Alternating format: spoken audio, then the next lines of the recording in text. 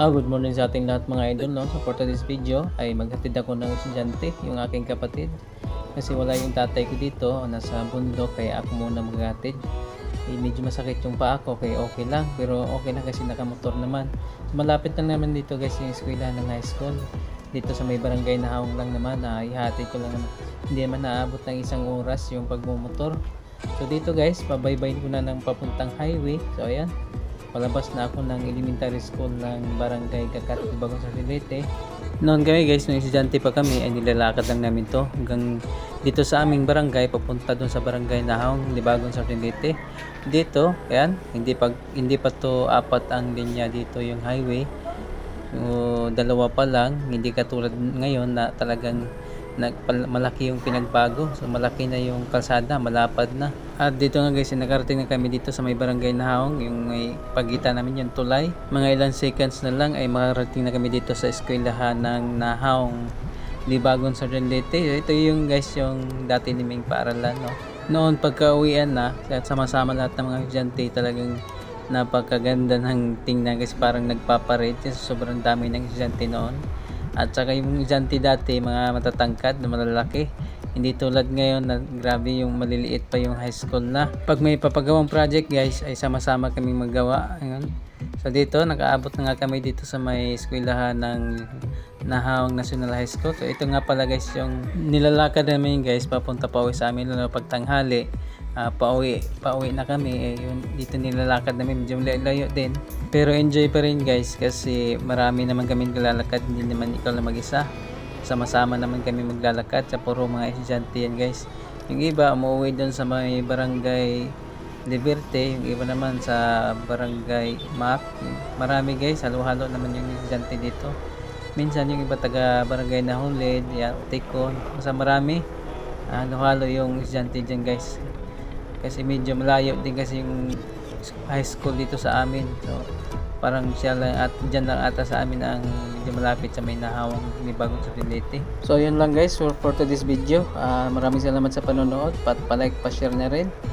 At dito guys, hanggang dito na lang muna yung ating video. At itutur muna kayo sa aming barangay, no? Dito sa may barangay road sa barangay Kakat, Bagong Sarilete.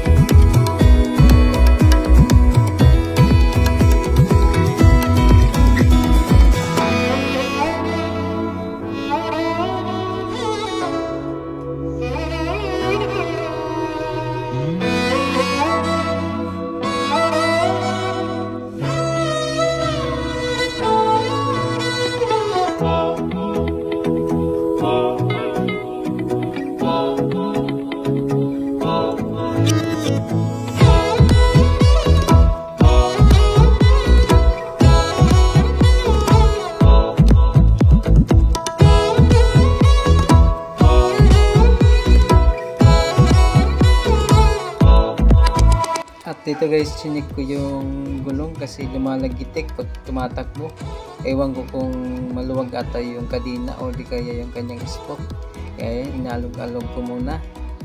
So napansin ko parang laylay yung kanyang spoke ay yung spoke yung tawag ito, yung ano ng kadena pala. Yan yung naglalaylay kaya siguro tumutunog pagka umaarangkada siya. Kailangan niya higpitan siguro mga idol.